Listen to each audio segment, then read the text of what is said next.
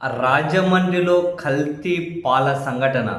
5 మంది చనిపోవడం, కనీసం మరో 10 మంది ఆసుపత్రిలో ప్రాణాలతో పోరాడుతూ ఉండడం, చనిపోయిన కుటుంబాలకు 10 లక్షల ఎక్స్‌గ్రేషియా అని చెప్పి ఆంధ్రప్రదేశ్ ముఖ్యమంత్రి గారు ప్రకటించారు. జాతీయ స్థాయిలో ఇది తీవ్ర చర్చనీయాంశం అవుతుంది. అన్ని ప్రెస్టీజియస్ పత్రికలన్నీ కూడా, ప్రధాన పత్రికలన్నీ కూడా దీన్ని మీద వార్తలు రాసుకుంటూ వస్తూ ఉన్నారు. చాలా దారుణం. పాలు కల్తీ ఏంటి? కల్తీ తాగిన పాలు మనుషులు తాగి చనిపోవడం ఏంటి? ఈ క్రమంలో కొన్ని అనధికారిక డైరీలను కూడా ప్రభుత్వం సీజ్ చేసిందని చెప్పి వార్తలు వస్తూ ఉన్నాయి. ఇవన్నీ జరుగుతూ ఉన్నాయి కొన్ని రోజుల నుంచి. కల్తీకి కారణాలు తెలియాలి అంటే ల్యాబ్ నుంచి రిపోర్ట్లు రావాలంటూ ఉన్నారు.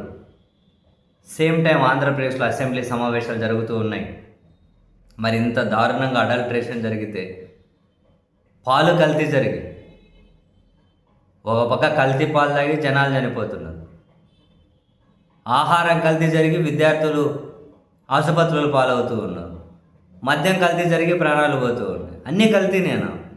ఇప్పుడు సమావేశాలు జరుగుతున్నాయి, అసెంబ్లీ సమావేశాలు. దీని మీద చర్చించండి ప్రభుత్వం, నిజాయితీగా చర్చించండి. శాసనసభలో చర్చించండి, శాసన మండలిలో చర్చించండి. అనధికార డైరీలు ఎక్కడి నుంచి వస్తూ ఉన్నాయి? ఇంత దారుణంగా కల్తీ ఎక్కడి నుంచి జరుగుతుంది? పాల కల్తీ ఏంటి? ఫుడ్ కల్తీ ఏంటి? ప్రాణాలు పోవడం ఏంటి? ప్రతిదీ రాజకీయాల కోసం వాడుకోవడం కాదు, ప్రతిదీ రాజకీయంగా ఏదైతే ప్రయోజనం కలుగుతుందో దాని మీద చర్చించడం కాదు, దీని మీద చర్చించండి. ఇటువంటి రిపీట్ కావాలంటే, కాకుండా ఉండాలంటే ఎలాంటి చర్యలు కావాలో సభ్యులందరూ మాట్లాడండి.